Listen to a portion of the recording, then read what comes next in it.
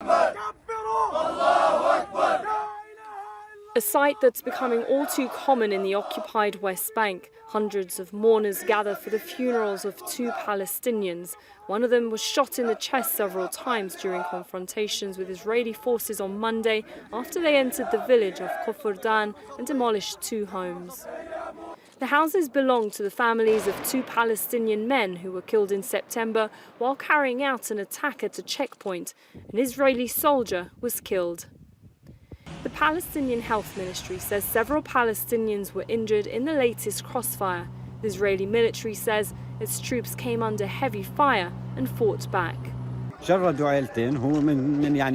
They made two families homeless. They are vengeful. It's collective punishment. If they could, they would demolish the entire area.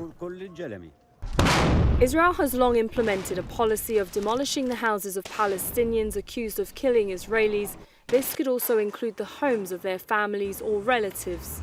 The United Nations reports that Israel has forced more than 1,000 Palestinians out of their homes in the occupied West Bank, and that was just last year. But since 2009, it's demolished more than 9,000 homes and buildings, including those provided by humanitarian assistance. Israel says it does this to deter Palestinians from launching attacks. But human rights organizations says it amounts to collective punishment, and it's the families and relatives who end up being targeted. So we might see the ICC, for example, looking into cases of forcible transfer or the destruction of properties as war crimes and crimes against humanity.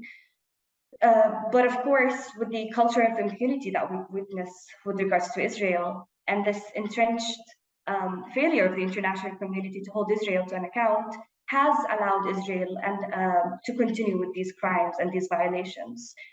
Elsewhere in the occupied West Bank, Israeli forces made several arrests with a focus on Bethlehem, Nablus and Hebron.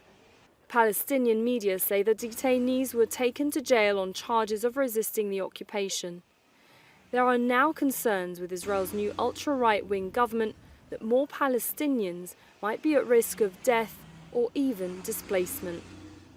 Sara Khairat, Al Jazeera, Negev.